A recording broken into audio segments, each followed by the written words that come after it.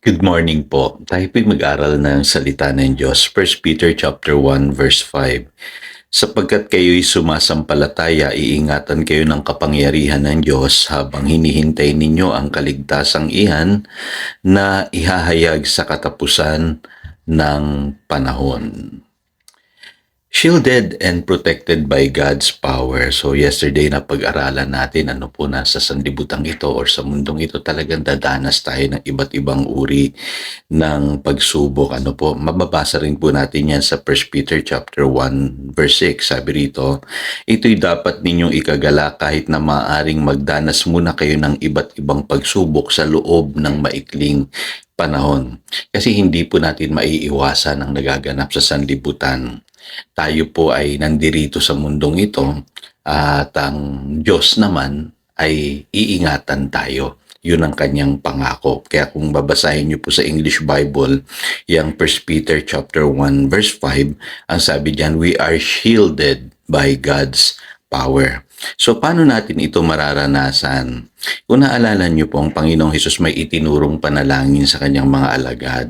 Mababasa niyo po doon sa Matthew chapter 6 verse 10. At alam ko po na itong panalangin na ito, malaki ang may tutulong po nito sa atin, lalo na sa panahong katulad po nitong pinagdadaanan ng ating bayan.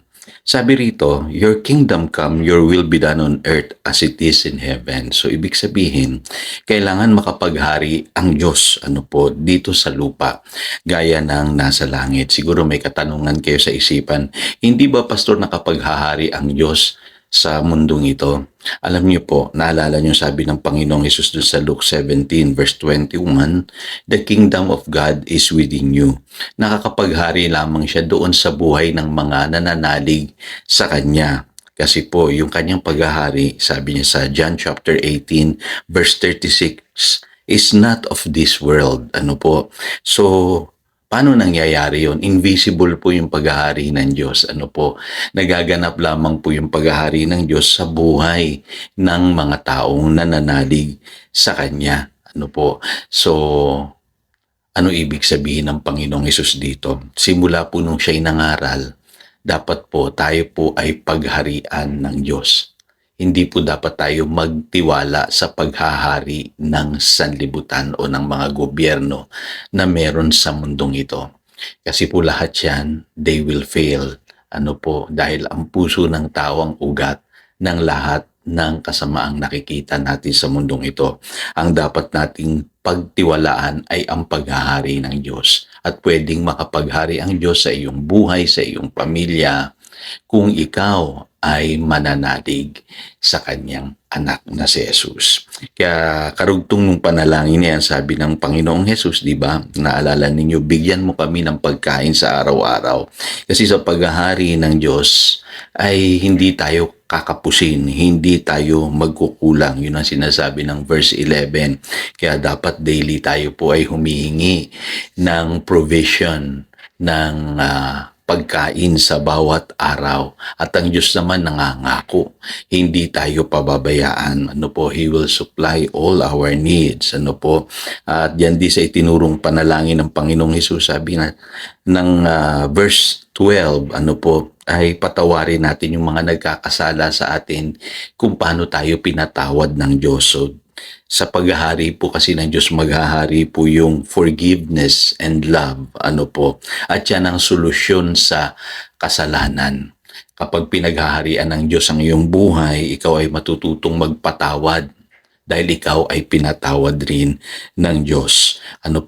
At sa paghahari rin ng Diyos, pwede nating ipanalangin na tayo iligtas ng Diyos sa masama. Yun ang sinasabi ng verse 13. We can pray for protection and deliverance. Kaya nga, pwede nating angkinin yung sinasabi sa 1 Peter chapter 1 verse 5 na tayo po, iingatan tayo ng kapangyarihan ng Diyos. We are shielded by God's power. So wala tayong dapat katakutan. Kahit magulo ang mundo, hindi tayo magkukulang, hindi tayo magugutom, mamumuhay tayo ng may pag-ibig, pananampalataya, At higit sa lahat, tayo po ay ligtas dahil tayo iingatan ng Panginoon maging sa sanlibutang ito na ating tinitirhan. Ano po? Ngayon, kung naalala nyo po, sabi rin ng Panginoon sa John 17 verses 15 to 17, ay dinadalangin niya tayo. Sabi rito, hindi ko idinadalangin kunin mo sila sa sanlibutan, kundi iligtas mo sila sa masama. Hindi sila taga-sanlibutan tulad ko na hindi rin taga-sanlibutan. Ibukod mo sila para sa iyo sa pamamagitan ng katotohanan, ang salita mo ang katotohanan. So, dito sa prayer ng Panginoong Hesus, ano po makikita ninyo, pinagpipray niya tayo na iligtas sa masama. Ano po? At higit sa lahat, sabi niya, tayo ay ibukod ng Ama.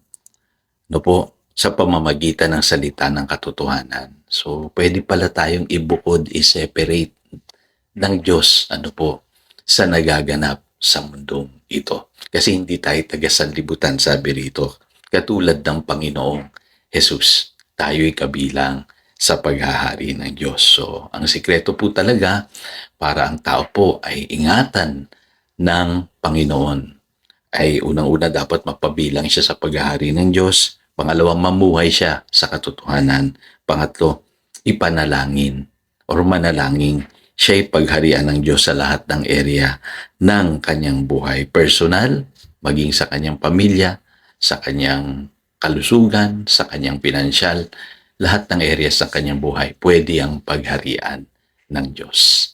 So tayo po'y manalangin. Salamat Panginoon sa mga katotohanan ito. Naniniwala po ako na kami iingatan mo sa pamamagitan po ng iyo pong kapangyarihan.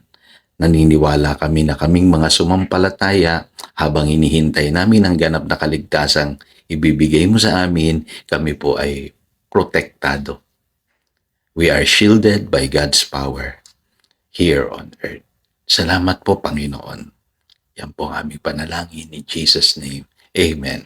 Again, ito si Pastor Jojo nagpapaalala upang daluyan tayo ng pagpapala, manatili tayo sa kanyang salita. Good morning.